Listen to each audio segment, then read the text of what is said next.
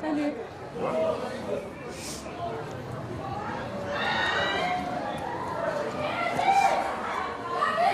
Il y a des t-shirts qui sont sortis, aussi plein de, non pas des t-shirts, plein de publications avec, je sais pas si vous avez vu où il y a marqué, quand on voit Adama et Théo, on comprend pourquoi Ziad Bouna courait. Par exemple, les Ziad Bouna, ils ont couru parce qu'ils ont, je crois qu'ils ont entendu la police ou quoi. Ils se sont dit, s'ils nous voient, ils vont nous arrêter. Nous contrôler, Et on va être victime de quelque chose. Ouais, Voilà. bien sûr. Mais moi, en fait, ce qui m'a interpellée et qui a fait que j'ai relié ça au complot, c'est toujours la notion de, par exemple, Adama Traoré et finit. C'est toujours des policiers Là, blancs. il y a des policiers. Blancs qui en sont général. blancs, ouais, en majorité. Voilà, en majorité. En fait, c'est comme les événements qu'on retrouve aux États-Unis, en fait, c'est la même chose. Bien sûr. Donc c'est ça que la notion de complot me parvient. Après, je me dis pas qu'il y a des gens dans le gouvernement qui programment de tuer des jeunes noirs, arabes, ou peu Bah non, importe. ça, c'est- Mais je me dis vraiment qu'il y a forcément un truc derrière ça. Mais parler d'un complot, en fait, ça voudrait dire que quelqu'un a orchestré toutes ces affaires-là séparément.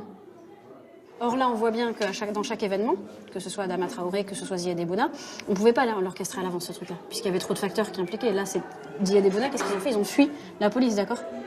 Ils ont fui, ils se sont réfugiés dans un transformateur et ils sont morts.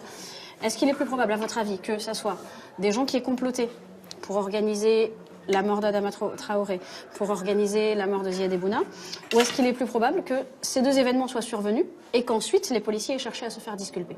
La deuxième. Non. Parce que c'est la plus simple, on est d'accord.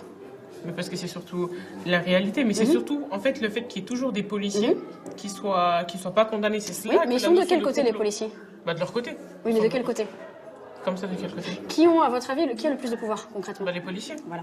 Posez-vous la question. Est-ce que, pour que des policiers soient relâchés quand ils ont fait quelque chose de mal, est-ce que, à votre avis, un complot est nécessaire ou est-ce que juste il est possible qu'ils soient passés, comme ils sont du côté des institutions, ça soit plus facile pour eux d'être relâchés quand ils C'est font... plus facile, mais Bah le fait ouais. que ce soit tout le temps, c'est qu'il y a forcément Mais ça un truc serait derrière. qui d'autre sinon? Bah, c'est qu'il y a forcément un truc derrière, c'est qu'il y a une institution derrière. Mais est-ce que ça, c'est un complot? Est-ce que ça, c'est secret finalement?